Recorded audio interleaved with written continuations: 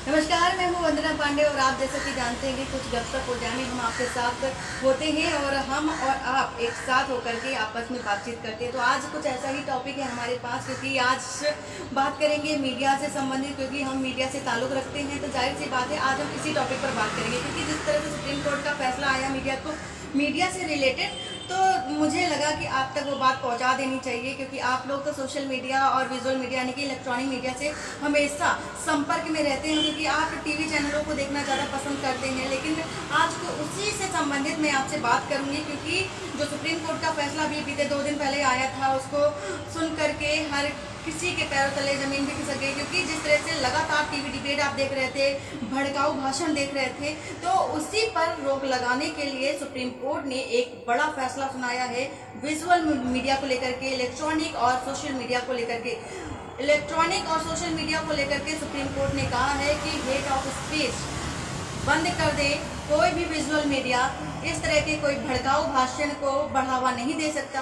अगर उनके पैनल पर कोई ऐसे नेता या कोई भी ऐसी भड़काऊ बातें सामने आती हैं, तो उन पर केंद्र सरकार रोक लगाए, यानी केंद्र सरकार को भी सुप्रीम कोर्ट की ओर से फटकार लगाई गई है। तो अब ये मसला ये उठता है कि केंद्र सरकार पर सुप्रीम कोर्ट ने यह भी कहा कि केंद्र सरकार इस पर अपना फैसला क्यों नहीं लेती, कोई अहम कदम क्यों नहीं उठाती, क्या ये कोई अहम मुद्दा नहीं है। सुप्रीम कोर्ट ने तल्ख टिप्पणी देते हुए ऐसा कहा है। सुप्रीम कोर्ट ने क्या कुछ कहा है मैं आपको बता देती हूँ। सुप्रीम कोर्ट ने कहा है कि अभिव्यक्ति की आज़ादी तो है, लेकिन हमें अमेरिका जितनी आज़ादी नहीं है। तो ये पता होना चाहिए कि हमें जो अपनी रेखा है वो कहाँ तक खींचनी है, यानी कि हमें पता होना चाहिए कि हमें किस लहजे तक और किस सीमा तक बोलना है। इससे ज़्यादा और इससे कम नहीं, क्योंकि हमें हमारी सीमा पता होनी चाहिए। अभिव्यक्ति की आज़ादी होने के बावजूद भी हमें अपनी रेखा, अपनी जो लाइन है, उस दायरे में ही रहना चाहिए। इसके साथ ही नफरत को रोकना एंकर की जिम्मेदारी है, साफ तौर पर ये बोल दिया। क्योंकि आपने देखा होगा लगातार टीवी चैनलों में पैनल बिठा दिया जाता है और बड़े बड़े दिग्गज को बैठा दिया जाता है, राजनेताओं को बैठा दिया जाता है। उसमें से अगर मुस्लिम नेता है या कोई भी मौलवी है, उनको बैठा दिया जाता है। फिर उनको बोलने के बजाय, उनको बोलने देने के बजाय अदर पार्टी को मौका देते हैं बोलने के लिए। और भड़काऊबाजी, जो भड़काऊ भाषण है, वो कहीं ना कहीं हमारे समाज को प्रभावित करते हैं। और लोग यही कारण है क्योंकि सुप्रीम कोर्ट ने तल्ख टिप्पणी देते हुए कहा है कि आप एंकर्स की जिम्मेदारी है कि वो इस पर ध्यान दें, क्योंकि ऑन एयर वो जब एंकर होता है तो पूरी रिस्पॉन्सिबिलिटी, पूरे पैनल की रिस्पॉन्सिबिलिटी एंकर पर ही आ जाती है।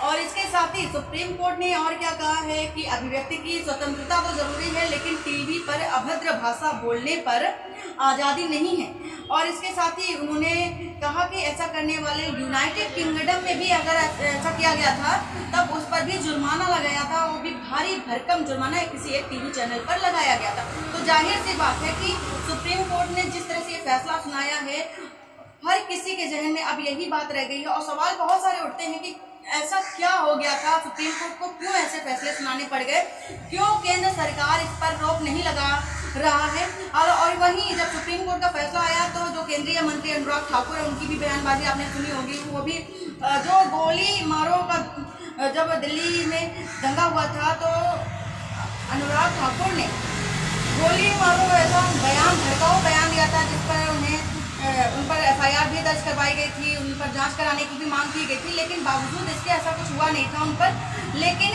वही अनुराग ठाकुर अब बखान कर रहे हैं कि मीडिया को अब हेट ऑफ स्पीच को बढ़ावा नहीं देना चाहिए। तो खैर, केंद्र सरकार और मीडिया से ताल्लुक दोनों को ही रखा गया है कि दोनों ही आपस में समझे और केंद्र सरकार इस पर रोक लगाए। और इसके साथ ही सुप्रीम कोर्ट ने ये भी कहा है कि राजनेताओं को बढ़ावा मिलता है। जिस तरह से भड़काऊ भाषण सामने आते हैं, तो राजनेताओं को, जो जिस तरह की आज मान लीजिए कि बीजेपी की सरकार है, तो बीजेपी के जो नेता हैं, उन्हें ही बोलने का मौका दिया जाता है। बाकी किसी अदर नेता या पार्टी के किसी भी कार्यकर्ता को बोलने का मौका नहीं दिया जाता है। और वो अगर बोलना भी चाहे तो वहीं पर स्टॉप करके दूसरे पक्ष को ही रखा जाता है। तो राजनेताओं को मंच देता है ये इलेक्ट्रॉनिक मीडिया, विजुअल मीडिया, साफ तौर पर कहा गया है। तो इससे अच्छा है कि वो यहीं पर रोक लगाए, क्योंकि समाज पर इसका बहुत ही ज़्यादा गहरा प्रभाव पड़ रहा है। तो सोशल मीडिया को लेकर के इलेक्ट्रॉनिक मीडिया को लेकर के टिप्पणी दी गई है सुप्रीम कोर्ट की ओर से। और इससे पहले और ये जो अब अगली सुनवाई होनी है इसको, इस मैटर को लेकर के, तो ये 23 नवंबर को अगली सुनवाई होनी है। और आपको ये भी बता दें, जब हम अनुराग ठाकुर का जिक्र कर रहे थे तो दिल्ली में जब दंगा हुआ था 2022 में ही हुआ था, तब सीपीएम नेता वृंदा करात ने दिल्ली दंगा में समाज में अराजकता फैलाने के मामले में मामला भी दर्ज करवाने की मांग की थी, लेकिन मामला दर्ज नहीं हो पाया था फिलहाल। तब भी हाई कोर्ट ने उन्हें और सुप्रीम कोर्ट ने उन्हें सख्त हिदायत दी थी अनुराग ठाकुर को, लेकिन बावजूद इसके आज बखान कर रहे हैं अनुराग ठाकुर। लेकिन बहुत सारे ऐसे मुद्दे हो जाते हैं, क्योंकि हम सोशल मीडिया क्यों एक्टिव रहते हैं, क्योंकि हमें आसपास की चीज़ें मिल सके, जानकारी मिल सके। सुप्रीम कोर्ट ने जिस तरह से टिप्पणी दी है तो बहुत सारे सवाल उठ रहे हैं। कई सारी हेडलाइंस आप पढ़ते होंगे, देखते होंगे टीवी चैनल्स में, भड़काऊबाजी, यानी कि मुस्लिम को अलग रख देते हैं। ऐसा लगता है कि मुस्लिम किसी अन्य कंट्री से, किसी अन्य देश से आए हो और हमारे ऊपर अत्याचार कर रहे हो, ऐसा भी देखा गया। और इसके साथ ही बहुत सारे ऐसे मामले देखे गए जिस तरह से एक को बढ़ावा देकर के दूसरे को दबाने की कोशिश की जाती रही है। हेडलाइंस में आपने देखा होगा, बड़े बड़े क्रोमा बना दिए जाते हैं, बहुत से ग्राफिक्स और उसके साथ सीजी और टिकर्स आपने देखे होंगे किस तरह से लगाए जाते हैं विजुअल मीडिया में, इलेक्ट्रॉनिक मीडिया में। तो आप सुप्रीम कोर्ट ने इन सब को मद्देनजर रखते हुए सख्त हिदायत दी है कि आप इस पर रोक लगाएं। टीवी एंकर साफ तौर पर इस पर रोक लगाएं, क्योंकि अगर आप इस पर रोक नहीं लगाएंगे तो समाज में अराजकता फैलती जाएगी। तो क्या है आपकी राय सोशल मीडिया और विजुअल मीडिया के को लेकर के, और सुप्रीम कोर्ट के फैसलों को लेकर क्या राय है, आप जरूर बताइए। Thank you so much.